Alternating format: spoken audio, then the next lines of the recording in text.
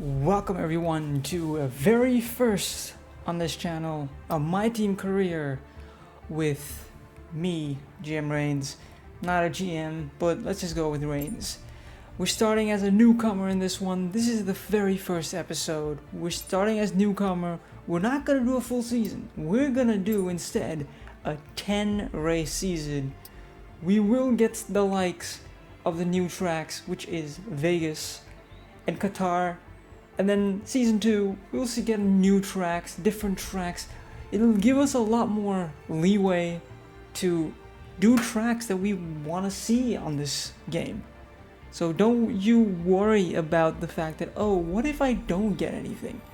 And let me correct myself, we're going to do 16 races. Because 10 races are just a little too short, so we're going to do 60 instead. That just makes things easier for me. And we'll get most of the tracks. We'll miss out on maybe Singapore, Azerbaijan, Monaco we're gonna miss out on. We'll miss out a few more tracks here and there, but next season we can do all those tracks, and we can do China and Portugal and France. We can add all those in, so it gives us a lot more understanding of everything. So the settings are a little bit different. We're gonna make things harder for ourselves.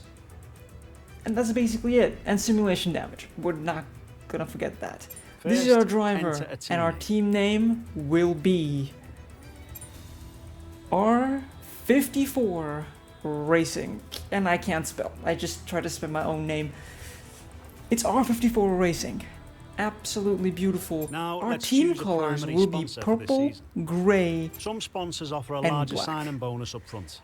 Our sponsors, we have decided the better we perform, as a collective, because you had to say in this, which you actually didn't, so don't worry about it. We have decided to go for Siren because it gives us a very easy final goal, and the goal bonuses are pretty okay. We're going for a Renault power unit because we just want to save money. We want to be that team that has less money to spend, and they wanted to go for the best driver they could afford. So we decided to steal over Filipe Drugovich because there was no other French driver that we could take over. And here you see me kind of like daddle about JQ because I thought it was Wilson Hughes from like the esports and the PSGL people. If you know kind of people style of thinking, right? So in the end, we did, after a lot of dilly-dallying, we did go for Filipe Drugovich. And then looks like we can afford this power unit. We went on to design Go ahead and confirm if you have our car. After doing some of the questions, let's create. And this is the car. Like I said, black, purple, and gray. It's a white gray on a satin or metallic gray. I think it looks beautiful. This is gonna be, for the first season, this is gonna be our livery. For second season, we're gonna have custom livery. It looks beautiful in my opinion. The all black and purple, beautiful. Our aerodynamics are 0. I decided to go for a little bit of everything, and we got a Spec 1 durability because that is very important. And here you see me going through all the possible upgrades. We will not see this, you will not see this very often. You'll just see mostly driving, racing, driving. I said driving twice. What does that matter? So we decided in the end to go for the weight reduction after taking a look at where we get the most gains in terms of upgrades. We decided to go with chassis because that's where we don't have any upgrades at all, which kind of makes sense, and it instantly uses up all our resource points. And let's get into qualifying in Q1. This is a 50% race with full qualifying, and our first lap started out pretty well. It started out very well on the straight, and it went south very quickly. We overshot our braking point on turn 1, going absolutely wide, still keeping on track, and it's strict corner cutting, so if I had gone wide there, it would have been over. And our total in the first lap didn't end there. Trying to get clear to the car, we overshoot turn 3 as well, absolutely shafting ourselves in the first banker run. It is a 30.3, but we are not nowhere to be seen. We finished this lap off just to get an understanding of where the car is. Into the final turn. We kind of miss the apex, kind of don't. get around to finish off a lap, and it becomes a 34 flat, which is absolutely terrible. It puts us P10 provisionally, but we're 1.7 seconds off. 700ths off of Albon, but that was not something we expected to be. Albon goes on to be absolutely dominant. P19 is where we are at for our second run in Q1, and here I have a small tweak to the brake bias. I changed from 2.7 to 2.56, and instantly we gain about 2/10 in the first 3 corners. Going to turn 4 here, where we also went wide, let's not forget. We go a little early on the brakes, but we gain about 5/10, half a second gain into this sector, which puts us in a very good spot, honestly, to actually make a very big improvement here. Another few tenths gained. We're now 7/10 up, almost 8/10 going into turn 10, this tricky braking zone. We absolutely do not get that one right. We could have cut in a little bit more into the apex, but we still get 8.5 tenths up, still gaining a little bit of time. But we then kind of overshoot here in turn 11 and kind of have relinquished a lot of time. But we're still 6 tenths up into the end of sector 2. Ahead on Albon, but not by much. It's not, and Hulkenberg, not by much. 8.5 tenths, still being back. We could have been on 9.5 tenths, almost a second game. But into the final corner, we go. And to be honest, we actually had a worse final turn here. Crossing the line in P13, thinking, I thought at this point that we were pretty well off. We were going to get into Q2, but going to the end of qualifying, it was just good enough for P19. But let's not forget, this car is the worst car on the grid, along with the AlphaTauri. But Yuki Tsunoda did make it out into Q2, and that really puts us to shame a little bit. But starting P19 in Q1 from race at Bahrain. Let's take a look at the driver grid. I'm seeing this for the first time myself. Let's run you through the driver grid order for today's exciting Leclerc race. A fantastic effort from Charles Leclerc yesterday, by and it's put him on pole, 2.5 edging out Max of a Verstappen, second. who'll start from P2. Absolutely beautiful stuff. Ferrari kind of is back. We get a checkerboard pattern in the top 4 of Russell, Ferrari, Hamilton, Red Bull, Ferrari, Red Bull, Alonso, then Gasly, Mercedes, Bottas, Alonso in Stroll, P7, Ocon, Albon, Stroll in the top 10, Norris, Joe, Albon amazingly Tsunoda, puts it in Oscar the car Piastri, into 12th, Hulkenberg, Magnussen, and the we're not too Professor, far back here De Vries, in P19, Sargent, De as you can Vries. see. And now it's time to head down And to then the you get track. this that very weird glitch where you have the last driver always getting the same name as the driver right in front of them. As once again we get another And year of Formula we One decided to go for a underway. medium We're into those tense hard few minutes strategy. before the first race then. Although after the practice Everyone's a sessions, little bit nervous the about game reliability. was They haven't suggesting been that running we in the could hot, turbulent potentially wake of other do cars a in medium practice. soft They've not been pushing at pit 100% strategy, for long which durations. would be much Let's faster hope for no one us. has to deal with any nasty But surprises. my tire wear in the qualifying runs, which I didn't show, was pretty bad. So I decided not to do anything We're with not it. seeing any technical issues coming started off the a little practice early here, starts. trying Watch to the understand RPM on the where full the start. We don't want you to bog man down. start would be in formation laps. And the formation lap actually was absolutely terrible for us. Not by least because we kind of overshot on cold brakes. We kind of overshot our braking point. And to let Magnussen and Hulkenberg go, we had Magnussen slightly tap us, and I absolutely got scared, and we got reset to starting positions, kind of making us in a very bad spot for the race. But chin up, Conditions look let's stable get at the started moment. No with rain currently this. expected. We started this race from P19, a little bit too far back, but we were okay from here. And lights out, away we go. We get an absolutely godly traction initially, but then a lot of wheel spin. I got very happy with that thing, with that traction. We had to take a very safe one because don't forget, it's simulation downwards. We want to be very careful going around the outside of Yuki Tsunoda, taking some track limits very early on in this strict corner cutting.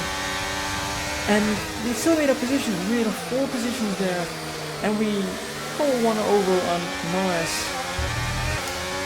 making it into P14 for us, and going after Tsunoda, who is someone we want to beat here because the Octaris are the only car that is equal in performance to us. Here we have a half look. I considered the overtake there, but I didn't want to go for it just yet. But then we decided to pull us Yuki Tsunoda and go down the inside on turn 10, a la Alonso-esque. Absolutely beautiful stuff. Let's take a look at the race start once again as we settle back into a rhythm, having made that overtake work, holding a position. Here we go, the race restart right here. Beautiful start. You can see me going off into the wall, looking like I had a very bad start. And we see some very big positions. Alonso losing out briefly, Sainz losing out a ton of positions, going from P3 to P6 into turn 1. Having a very horrendous race. He will come into play very late, much later into the race, hoping to salvage his race somewhat. And we had a very great run. Notably, Sargent absolutely gets some positions because of us. We run Norris wide into turn 4, and Sargent absolutely takes the opportunity with both hands and makes up positions.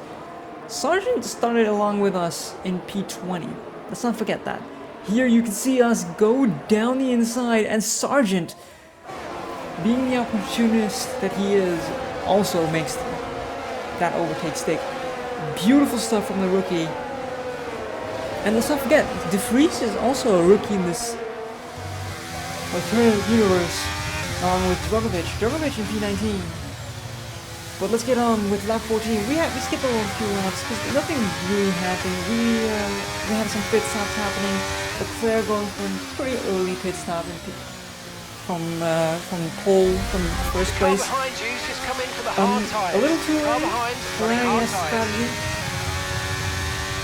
But here we thought maybe we can hold on, but the pace of the Ferrari was absolutely unreal, as George Russell has an engine failure and retires from the Grand Prix, inheriting us into the points where we see that we're not going to make it into the points here. Norris is absolutely onto us here, and Sainz, who had also pit earlier, don't forget that. He does have a decent pit stop here, but Sainz had a beautiful pit stop right in that situation. Sainz is on a 2-stop after that first, after having lost so many positions. He goes on to a 2-stop in order to make up positions.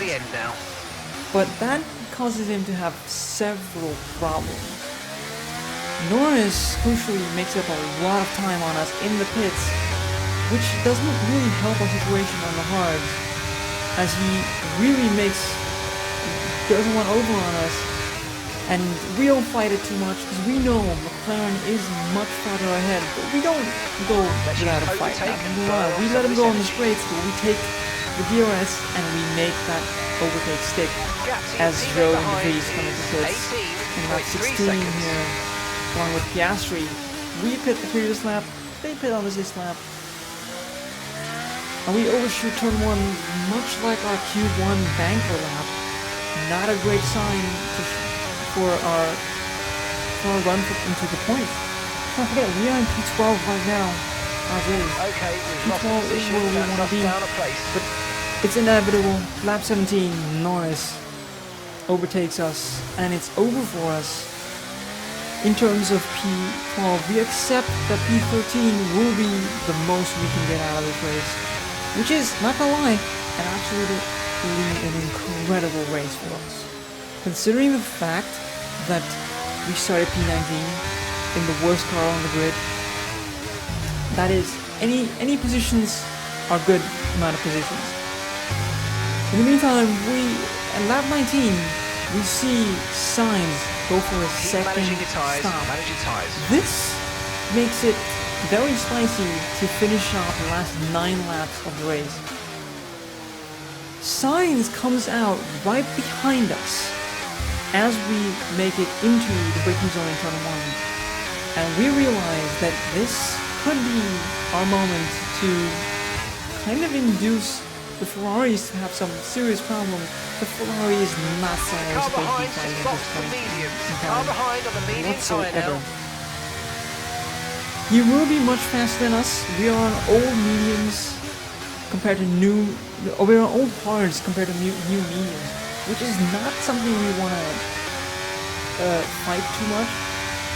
Well, there was a switch that flicked into my ears, into my ears, in my head, which was either we make it into P11, fight for P11, and let Norris fight it out with Sainz, or alternatively, we can make it this so that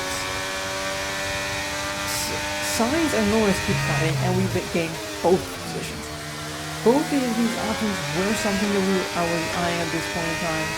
At a certain point I started looking at my tire wear. Can I handle a battle with Sainz holding him back? Then something happens with Norris. Norris somehow realizes that, oh god, there is someone here to overtake us, and absolutely guns it on one. Absolutely pushing like a madman that he is. He pushes, and around here, we realize how terrible